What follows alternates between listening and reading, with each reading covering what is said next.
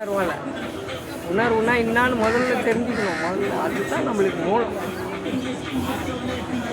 உணர்வு என்பது என்ன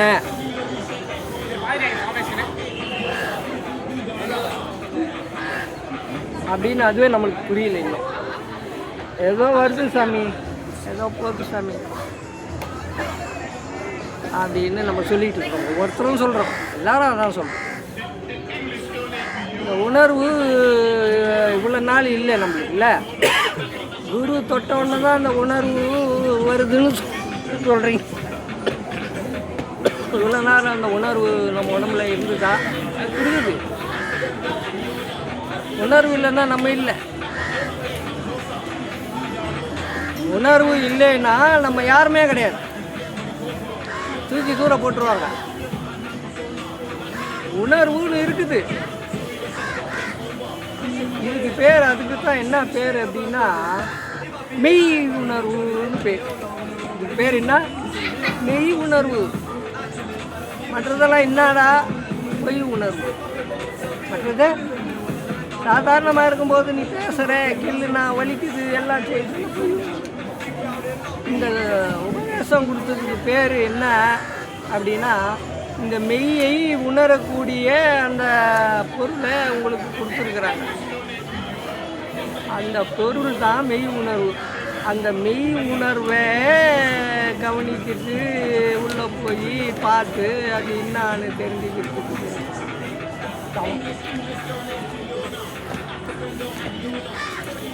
குருக்கிட்ட போகிறதுக்கு முன்னால் உனக்கு அந்த உணர்வு இருந்துதா?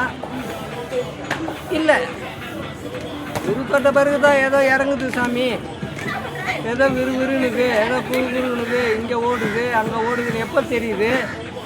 குரு தொட்ட பிறகு தான் அந்த உணர்வை உங்களுக்கு உணர்த்தி இருக்கிறாங்க. அந்த உணர்வு உணர்த்துனதை நீங்கள் உணரணும். ஒவ்வொருத்தரும் எப்படி இவ்வளோ நாள் நம்மளுக்கு இல்லையே, இப்போ இது புதுசாக இருக்குது, புதுசாக இறங்குது ஏறுது, அது என்னது? அதுதான் உன்னுடைய உயிரின் ஓட்டம். உன் உயிர் ஓட்டத்தை குரு தொடர்றதுக்கு முன்னால் நீ பார்த்துருக்கிறியா? இல்லை அந்த உணர்வு உனக்கு இருந்திருக்குதா? இப்படி இருக்குது அப்படி இருக்குதுன்னு சொல்றிய, இங்கே ஓடுது அங்கே ஓடுதுன்னு சொல்றிய, உனக்கு தெரியுமா? குரு தொட்டதுக்கு பின்னால் தான் அது குரு விருந்து, அது ஓடுது, இங்கே ஓடுது, அங்கே இருக்குது சாமி, இங்கே இருக்குது சாமி. அது என்னது? அது உன் உயிரினுடைய ஓட்டம். இவ்வளோ நாள் தெரிஞ்சுதா? தெரியாது. அது என்னன்னே தெரியாது. இப்போ கூட சொல்கிறேன் நான். உணர்வாளர்களும் குருமார்களும்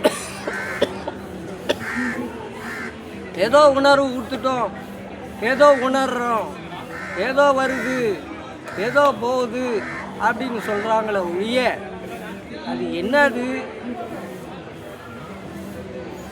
குரு தொட்டோன்னே வந்தது. இது எங்கேருந்து வந்தது? கீழேருந்து வந்தது. கீழே எங்கேருந்து வந்தது? குரு தொட்டாரு, அந்த இடத்துலேருந்து வந்தது. அவ்வளோதான் தெரியும். இல்லை, குரு தொட்டார் வந்துச்சு, அது எந்த இடத்துல ஒழிஞ்சின்னு இருக்குது? அவர் தொட்டோன்னா ஒழிஞ்சு நிற்கிற இடத்துல அந்த இடத்துக்கு வந்துடுச்சு, அங்கேருந்து கொடுத்துட்டாரு அப்படின்னு சொல்கிறோம். ஆனால் நான் பரஞ்சோதி மகான் சொன்னார்.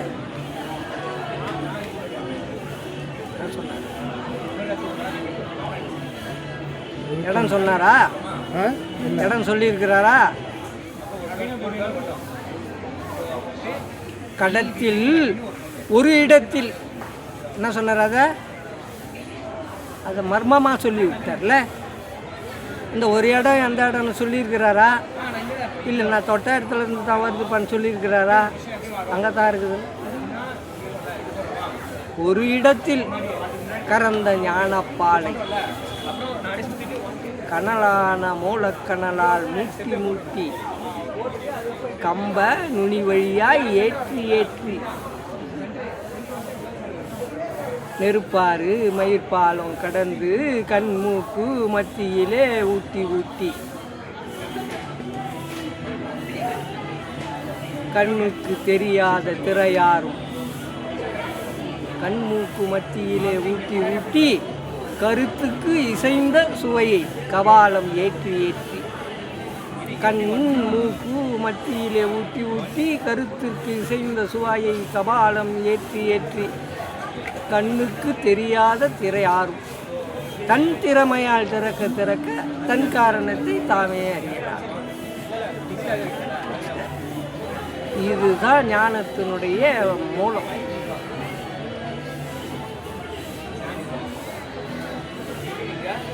அங்கே மட்டும் அந்த உணர்வு வருதா, அங்கே அப்படியே அந்த உணர்வு அப்படியே நின்றுந்தா பார்த்தா எல்லாம் தெரிஞ்சிருமா அப்படின்னா தெரியாது.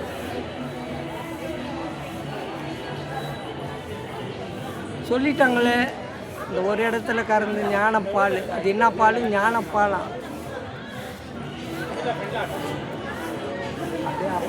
பொருள் சும்மா அந்த உணர்வை வருது போகுது அப்படி நினைச்சுன்னு இருந்தால் முடியாது, கவனிக்கணும். அதுதான் இயேசு கிறிஸ்து அவங்க குரு சொன்ன உண்மையே எல்லாருக்கும் மூணே வார்த்தையில் சொல்லிட்டார்.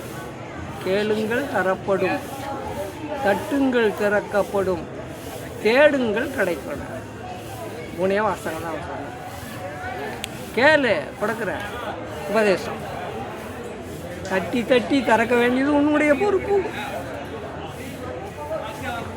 உள்ளே போய் தேட வேண்டியது நீதான், அப்போ தான் கிடைக்கும். நம்ம எங்கே தட்டி தட்டி திறக்கவே மாட்டேன்றோமே. வாங்கிக்கணும், கேட்குறீங்க, கொடுத்துட்றோம் உபதேசம். தட்டி தட்டி எங்கே திறக்கிறீங்க? தட்டி தட்டி திறங்கணும், உள்ளே போய் தேடணும், அப்போ தான் கிடைக்கும். ஜீசஸ் சொன்னது இதுதான், மகான் சொன்னது இதுதான். ஜீசஸ் யாருக்குறடா போனார்? முதல்ல அவருக்கு எப்படிடா இந்த ஞானம் கிடைச்சது? இந்த ஏக்கத்தின் விளைவாக மெக்காவில் உள்ள ஒரு திருவிழாவுக்கு போனார். தெரியுமா விக்ரம்? சர்ச்சுக்கு போயின்னுக்கிறேன். பாஸ்டருங்களை கேளு, இந்த பாட்டு என்னான்னு போய் கவனிங்க. கேளுங்கள் தரப்படும் பாட்டு, அவருடைய வரலாறு.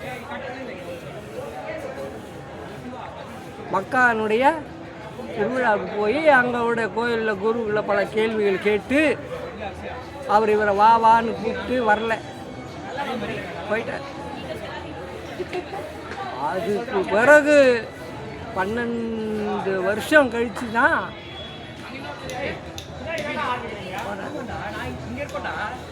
யோகான் நாட்டக்கரையில் யோகான்ற ஒரு குரு கிட்ட போய் ஞானி கிட்ட உபதேசம் வாங்கி அதுக்கப்புறம் உடனே வந்துட்டு அவரும் சொன்னாராம், அவருக்கு யாருக்கும் கொடுக்கக்கூடாது, இதை பார்த்து கொடுக்கணும்னு. இவர் அப்போவே சொல்லிட்டு வந்துட்டாராம், நான் எல்லாருக்கும் கொடுப்பேன், எல்லாருக்கும் சொல்லுவேன். ஜீசஸ் இயேசு கிறிஸ்து இதே மாதிரி வந்தார். 30 வயசில் உபதேசம் வாங்கினார். அவருடைய ஞானம் எத்தனை வயசில் ஆரம்பிச்சதுன்னா 6 வயசு 12 வயசுலேயே கேள்வி கேட்க ஆரம்பிச்சிட்டார். கேள்வி கேட்டு அதே வேலையாக இருந்து அதே சிந்தனையாக இருந்து 30 வயசில் போய் உபதேசம் வாங்குறாரு ஒரு ஞானிக்கிட்ட. 30 வருஷம் வாங்கிட்டு சும்மா இருந்துட்டு 12 வருஷம் வெளியே வர்றார். 12 வருஷம் கழித்து வெளியே வந்து எல்லாருக்கும் உள்ளபடி சொல்கிறார். உள்ளபடி சொன்னதுனால தான் அவருக்கு மரண தண்டனை விதிக்கிறார். யார்? நீதிபதி. என்ன சொல்கிறார்? இதுக்கு நான் பொறுப்பு இல்லை. என்ன சொல்கிறாரு? என்னை மன்னிச்சிடுங்க அப்படின்னு சொல்கிறார். என்னன்னா தெய்வ நிந்தனை குற்றம் அவன் மேலே. என்ன குற்றம்? தெய்வ நிந்தனை குற்றம் தான். கடவுளை இவர் தவறாக சித்தரிக்கிறாரு அப்படின்னு தெய்வ நிந்தனை குற்றம் போட்டு அவர் அந்த மாதிரி. அது என்னால் உள்ளபடி சொன்னால் ஏமாற்றி போயவர்களுக்கு நஷ்டம், கஷ்டம். அதனால் அப்படி தான் ஞானிகள் எல்லாருமே அப்படி தான் இருப்பாங்க. இன்னும் பாரு, இன்னும் தேடு, கடவுள் உனக்குள்ளே இருக்கிறாரு, நீ பார். ஆராய்ச்சி மகானும் சொல்லிட்டேன். இந்த உணர்வை சும்மா கவனிக்கிறதுனால பிரயோஜனம் இல்லைப்பா. தட்டி தட்டி திறக்கணும்பா, உள்ளே போய் தேடணும்பான்னு சொல்லிட்டேன். எட்டாத தற்பரத்தை எட்டி எட்டி உட்புறமாய் உட்சென்று உற்று நோக்க நோக்க அப்பறமும் இப்பறமும் ஏக பராபரமும் என்னுள் நான் அறிந்தேன். உனக்குள்ள தான் ஏறி தட்டி தட்டி திறக்கணும். அதான் ஜீசஸ் சொன்னதும், தட்டுங்கள் திறக்கப்படும். உள்ளே போய் தேடணும், கிடைக்கும். எங்க நம்ம தட்டுறதும் கிடையாது, அதை திறக்கிறதும் கிடையாது. உட்புறமாக அது என்னன்னா பெரிய பாறை உடையணும். உள்ள ஒரு பாறை இருக்கு, உடையணும். அது உடஞ்சி உள்ளே போகணும்.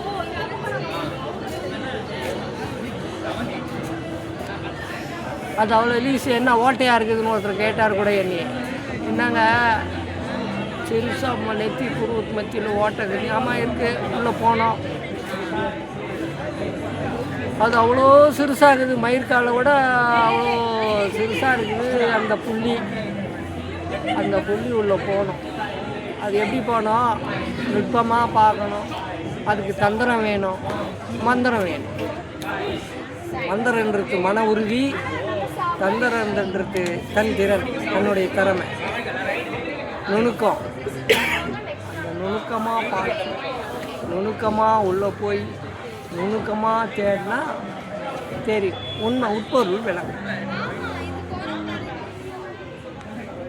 ஏதோ சும்மா உணர்வு வருது, ஏதோ உணர்வு வருது சாமி, மேலே ஏற மாட்டேங்குது சொன்னீங்க இல்லை? நானும் எவ்வளோ முயற்சி பண்ணுறேன், மேலே ஏற மாட்டேங்குது. வயிற்றில் உபாதை இருக்குது. ஆமாம், உணர்வு வருது, அங்கே இறங்குது, ஏற மாட்டேங்குது. ஏறாது. எப்படி ஏறும்? இவ்வளோ நாள் சொல்லிகிட்டு இருந்தேன் உங்களுக்கு சில நுணுக்கங்கள் இல்லை? ஒவ்வொரு தடவை சொல்லுவீங்க, இப்படி இப்போ பார்ப்பா, இப்போ எங்கள் உணர்வு போகுது, இப்போ ஏறுதானுவே, ஏறுதுன்னுவீங்க. இப்போ எப்படி இருக்குது, இப்போ இருக்குது, சரியாக போச்சு அப்படின்னு. இப்போ நான் சொல்கிறது தெரியல.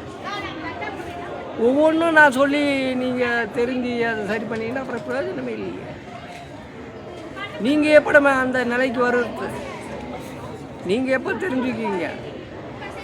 உங்களுக்கு ஒவ்வொரு நிகழ்ச்சி நடக்கும்போதும் ஒரு நிகழ்வுகள் உங்களோட மூலியமும் சரி, மற்ற இதுலையும் சரி சொல்லி உணர்த்திக்கிறேன். நீங்கள் உணரலை, நான் என்ன பண்ண முடியும்? ஆனால் கேள்வி மட்டும் கேட்குறியே, அது எப்படி உங்களால் முடியுது? நீங்கள் எங்கேயோ இருக்கிறீங்க, அவங்க எங்கேயோ இருக்கிறாங்க. எப்படி சரியாகுது? எப்படி? ஆமாம், உணர்வு, ஆராய்ச்சி, அறிவு. அறிவே அறிவின் தெளிவால் தெளிவிலும் தெளிவாய் தேர்ந்தது ஞானம். ஞானமே உணர்வு, உணர்வே உயர்வு, உணர்வை உணர்வது உங்களின் அறிவு. அறிவு தான். எது? அறிவு தான். அறிவை அறிவால் அறிவது ஞானம். நினைப்பால் பார்க்கறது பேர் தவம். நினைப்பால் பார்க்கறதுக்கு பேர் தவம். அறிவை அறிவால் அறிவது ஞானம். ஞானம்தான் உணர்வு, உணர்வு தான் உயர்வு. உணர்வை உணர்வது உங்களின் அறிவு. அந்த உணர்வை அறிவுக்கு எதிராக ஒன்றுனா அறிவு. மகான் ஒன்றை கூட விட்டு வைக்கலப்பா, எல்லாத்தையும் சொல்லிட்டார். உணர்வை நீ கவனிக்கிறதுனால எதனா முடியுமா? முடியாது. ஆராய்ச்சி அறிவு வேணும். ஆராய்ந்து பார்க்கணும், உள்ளே போகணும், தட்டணும், அதை உள்ளே போய் பார்க்கணும், தட்டி தட்டி திறக்கணும், திறந்து உள்ளே போகணும். யம பயம் போயிடும். தட்டி திறந்தேன்னா என்ன ஆகும்? யம பயம் போயிடும்.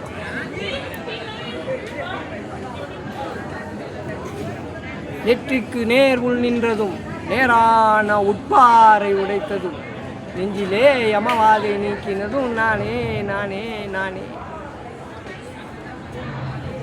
அதையும் விட்டு வச்சிருக்கிறாரா? தவன் எப்படி செய்யணும் அதையும் சொல்லிட்டேன். நெற்றிக்கு நேராக உள்ள நிற்கணுமா, அதில் இருக்கிற உட்பாறையை உடைக்கணுமா. உடஞ்சி போயிட்டேன்னா அவனுக்கு யம பயம் போயிடும். லேஸ் இல்லை. இந்த உணர்வு கவனிக்கிறது லேஸ் இல்லை. ஏதோ உணர்வு வருது, உணர்வு குருனுது, விறுனுது, சும்மா அதை மட்டும் அப்படியே ஏதோ வருது போகுது. வரமாட்டேங்குது சாமி. சில நேரத்தில் நான் எவ்வளோ ட்ரை பண்ணுறேன், வரமாட்டேங்குது. இல்லை, உணர்வு எப்போவுமே உங்களுக்குள்ளே இருக்கும். இந்த உணர்வு சில நேரத்தில் நீங்கள் கவனிக்க மாட்டீங்க, அதுவாக வந்து வரும். இல்லை சாமி, நான் கம்முன்னு திடீர்னு உணர்வு வந்துச்சு இன்னைக்கு. வரும், கவனிக்கணும். அதனால் இது லேசானது இல்லை. இது ரொம்ப ஜாக்கிரதையாக ஹேண்டில் பண்ணணும், ஜாக்கிரதையாக கவனிக்கணும், ஜாக்கிரதையாக. ஏதோ எண்ணெய் வடியுது, ஏதோ இருக்குது, அதில் பூரிக்கிட்டு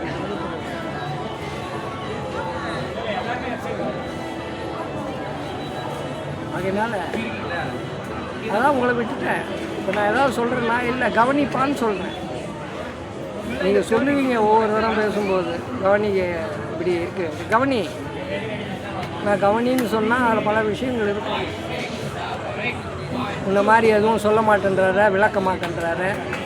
முன்னெல்லாம் சொல்லுவார், இப்படிப்பா அது அப்படிப்பா, இது இப்படி பண்ணு, அது அப்படி பண்ணு, இப்போ பாரு வந்துடுச்சா, சொன்ன உடனே வந்துடுச்சு, வந்தது உங்களுக்கு உணர்த்தினேன், நீங்கள் உணரலை, கவனிக்கல, விட்டுட்டேன். சரி, சொல்லி பிரயோஜனம் இல்லை. ஒவ்வொன்றுக்கும் நான் சொல்லி அதை சரி பண்ணிவிட்டு அப்புறம் என்ன யூஸ்? நீங்கள் எப்போ உணர்றது, நீங்கள் எப்போ அறியறதுக்கு? அதுவும் சொன்னார், டே நசீம் முயற்சி பண்ணியிருக்கிறார். இல்லை என்னால் முடியலையே, உங்ககிட்ட சொல்லக்கூடாது, நான் செய்யணும்னு பார்த்தா முடியல. இப்போ சொல்ல வேண்டிய கட்டாயம் வந்துச்சு, நெக்காப் மூமெண்ட்டு. ஒரே வார்த்தை தான் சொல்லி அமிச்சு. அப்போ சொன்னேன், மருந்து கொடுத்துருக்கேன் போ. இல்லை வேறு எதுவும் சொல்லலை, நான் ஒன்றும் இல்லைப்பா, மருந்து கொடுத்துருக்கேன், அவ்வளோதான், சரியாக போச்சு போ. கூட நாடி வந்து சொன்னதுனால சொன்னேன், இல்லைன்னா அது கூட சொல்லியிருக்க மாட்டேன். இந்த ஏக்கத்தோட அந்த பயத்தோடு வந்து நீ கேட்டதுனால சொன்னேன், கொடுத்தேன் அந்த மருந்து. இல்லைன்னா சைலண்டாக அதுதான் லாஸ்ட் அவருக்கு. இனிமேல் அவருக்கு யார் யாருக்கு என்ன அவங்களா வந்து கேட்டால் தான், அவங்களா வந்து தான் அது மருந்து கொடுப்பேன். சொல்லிட்டேன் அவர்கிட்ட. மற்றவங்களுக்காக நீ வந்து சொல்லக்கூடாது. யார் பாதிக்கிறாங்களோ, யார் கஷ்டப்படுறாங்களோ அவங்க வந்து உருக்கமாகவும் உணர்வோடவும் உண்மையாகவும் வந்து கேட்டாங்கன்னா அடுத்த நிமிடம் அது அவங்களுக்கு உண்டானதுன்னு நினைக்கிறேன். அது நான் என் அனுபவத்தில் செஞ்சேன், செய்து காட்டினேன். உணர்வாங்க, வருவாங்க, கவனிப்பாங்க. அந்த நேரத்தோடு சரி, அவ்வளோதான். அதை பற்றி கவலையே பண்ண அந்த நினைப்பும் இல்லை. இவருக்கு ஒன்றும் இல்லை, இவருக்கு 2-3 அந்த மாதிரி பண்ணிட்டேன். ரெண்டாவது அண்ணனுக்கு உணரலை, வரல, அதை பற்றி சிந்தனையும் இல்லை, சரியாக போச்சு, அவ்வளோதான். எதுக்காக செஞ்சேன்னா இவர் உணர்வார், இவர் அவங்கள உணர வச்சு கூட்டிகிட்டு வந்து இதை செய்ய வைப்பாருன்னு யோசனை பண்ணேன். இவரும் உணரலை, இவர் கூட்டின்னு வந்து இவரும் உணரலை, யாரும் உணரலை. மறுபடியும் செஞ்சேன், உணரலை, விட்டேன். மறுபடியும் சொன்னார், நான் கண்டுக்கவே இல்லை. சரிப்பா ஆத்மிப்போ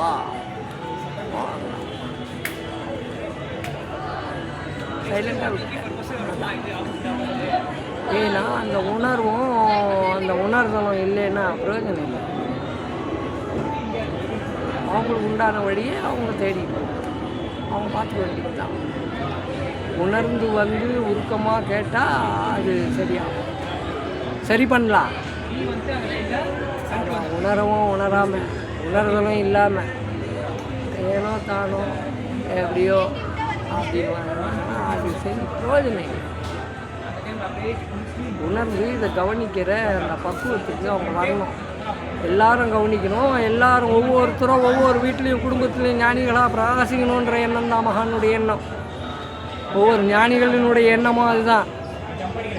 ஒவ்வொரு குடும்பத்துலேயும் ஒவ்வொரு ஞானிகள் இருக்கணும், தெளிவாக இருக்கணும், தீர்க்கமாக இருக்கணும், தீர்க்க சிந்தனையோடு இருக்கணுன்ற எண்ணத்தில் தான் பண்ணது. மகானா தான் சொன்னது. கொடுத்து சோதித்தாங்க, அவங்க சோதித்து கொடுத்தாங்க. இவங்க கொடுத்து யார் யார் ஃபிட்டோன்னு தெரிஞ்சு போயிடுச்சு. அது என்ன பண்ண சொன்னாங்க. ஈசா யோகான்னு போய் ஏமாந்துட்டு வந்து என்கிட்ட சொன்னாங்க. நான் சொன்னேன், என்கிட்ட சாமி இந்த 2000 ரூபாயா அந்த கொட்டை அந்த பூஜை எல்லாம் பண்ணால் உடனே எல்லாமே நிறைவேறிடுமா? கடன் வாங்கின்னு போனாங்க 5000 ரூபாய்க்கு. ஒட்டேரியில் வருவோம் ஒரு 5-6 பேர் போனாங்க. வாங்கின்னு போயிட்டு இந்த கொட்டை காஞ்சி போச்சு, கடன்காரன் ஆகிட்டாங்க. அவ்வளோதான், நோ யூஸ். நான் ஏற்கனவே சாமி இந்த மாதிரி ஆயிடுச்சு சொன்னேன், கேட்கல. ஏமாத்தலாம், ஏமாறுறீங்க, அனுபவிங்க. இப்போ மறுபடியும் வரேன்னு சொன்னாங்க, பார்க்கலாம். நான் சொன்னேன் பார்க்கலாம், வருவீங்கன்னா பார்க்கலாம். வரேன் நான் பார்க்கலாம், வர முடியாது.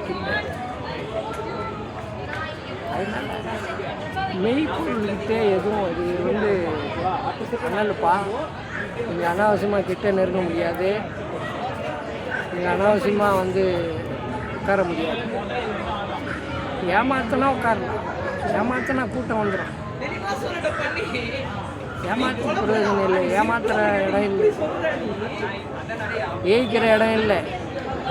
உள்ளதை உள்ளபடியாக சொல்லி உள்ளதை உள்ளபடியாக உணர்த்தக்கூடிய இடம். இப்படி அப்படின்னு போய் சொல்லி அப்படி ஆகிடும் இப்படி ஆகிடும் சொல்லி ஏமாற்றி சொல்கிற இடம் இது இல்லை. மற்ற இடம் எப்படியோ எனக்கு தெரியாது. பரஞ்சோதி பரஞ்சோதி மகானும் அப்படி தான் இருந்தாங்க, ஏகாம்பர சாமி அப்படி தான் இருந்தாங்க.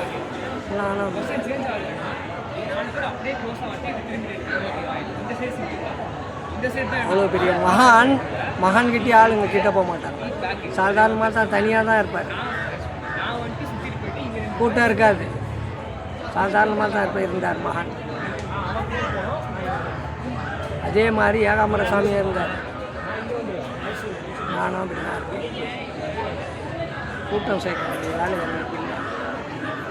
தேடி வந்தால் அவங்களுக்கு நலம் பயக்கும்.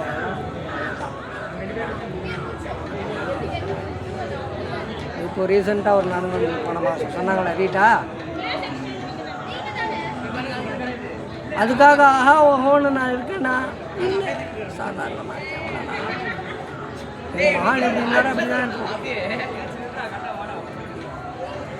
1300-1008 தரம் ஃபோன் பண்ணி சொல்லின்னு அம்மே நான் மண்ணில் இருக்க வேண்டியவன், மண்ணில் இருந்து இருப்பேன், இங்கே விளாச்சிட்டு இருக்கிறேன். என்ன பண்ண எல்லாரும் ஆச்சரியப்படுறாங்க. அவங்க குடும்பத்தில் வெளியில் இருக்கிறவங்களாம் ஆச்சரியப்படுறாங்களா? ஆமாம், இவ்வளோ சாதாரணமாக சொல்கிறேன். செத்துட்ட உன்னை உயிராக்கி இருக்கிறாரு. ஆமாம், நான் செத்து போயிட்டேன் நைட்டு 2:30 மணிக்கு.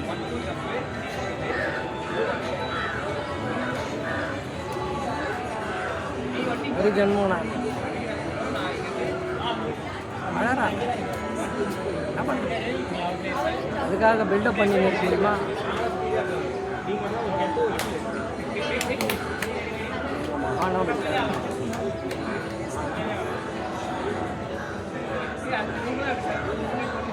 ரொம்ப பார்த்து ரொம்ப சுகமாக வச்சுருங்க. நினைப்பு சுகமாக இருந்தால் உடம்பு சுகமாக இருக்கும். உடம்பு சுகமாக இருந்தால் நீங்கள் நல்லா இருக்கும்.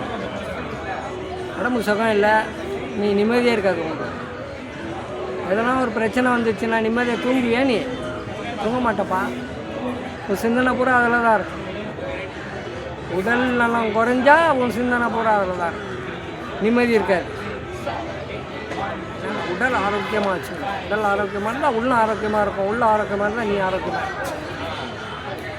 எல்லாத்துக்கும் காரணம் உடல். அந்த உடல் ஒழுங்காக இருக்கிறதுக்கு காரணம் உன்னுடைய நினைப்பு. அந்த நினைப்பு ஒழுங்காக இருக்கிறதுக்கு இந்த பயிற்சி பண்ணணும். இதுதான் பரமாத்மா. ஜீவாத்மான்றது பல நினைவுகளோடு சுற்றிட்டு இருக்கோம், பல நினைவுகளோடு உழத்திட்டு இருக்கோம், பல சிந்தனைகள் இருக்கும். பல சிந்தனைகள் இல்லாமல் ஒரே நினைவோடு நினைவாக சந்தோஷமாக இருக்கிறதுக்கு பரமாத்மா. நினைவே இல்லாமல் நினைவோடு இருக்கிறதுக்கு பரமாத்மா. பல நினைவுகளோடு கலந்து சுவாண்டுட்டு உலகத்துக்கு சுற்றிக்கிட்டு இருக்கிறது ஜீவாத்மா. இதுதான் பரமாத்மா. ஜீவாத்மா பரமாத்மா மேலே ஒன்று இல்லை, ஜீவாத்மா ஒன்று கீழே ஒன்று இல்லை. நினைப்பு தான். நினைப்பு இல்லாமல் நினைப்போடு இருக்கிறது பேர் பரமாத்மா. பல நினைவுகளோடு அலகழித்து இருந்துட்டு சுற்றிக்கிட்டு இருக்கிறது பேர் ஜீவாத்மா. ஜீவாத்மான்னு ஒன்று தனியாக கிடையாது, பரமாத்மான்னு ஒன்று கிடையாது. எல்லாத்துக்கும் காரணம் நம்ம தான், நம்முடைய நினைப்பு தான். நினைப்பை சுத்தமாக வச்சுக்கிறதுக்கும் நினைப்பை சீராக்கிறதுக்கும் இந்த உணர்வு ரொம்ப முக்கியம்.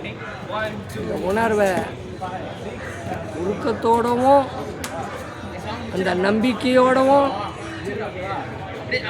நீ கவனித்து இதுதான் எல்லாம், இதை தவிர்த்து வேறு ஒன்றும் இல்லை, இதுதான் நம்மளை வழி நடத்துது அப்படின்ற அந்த சிந்தனையோட உறுதியான நம்பிக்கையோடு நீ இதை கவனித்து இதை ஆராய்ச்சி பண்ணியன்னா எனக்கு எதுவுமே இல்லை. நீ சந்தோஷமாக இருக்கலாம், தைரியமாக இருக்கலாம்.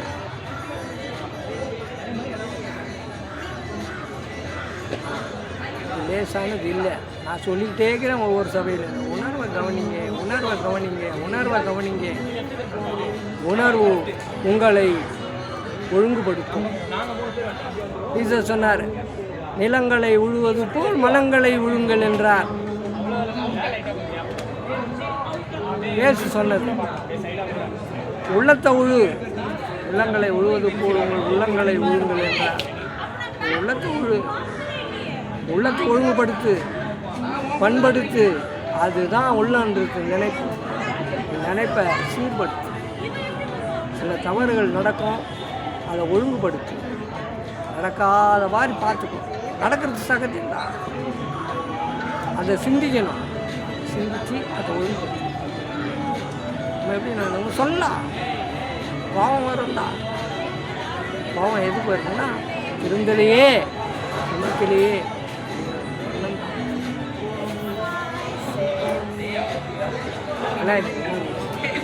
உணர்வை தவிர்த்து வேறு எதுவுமே கிடையாதுப்பா.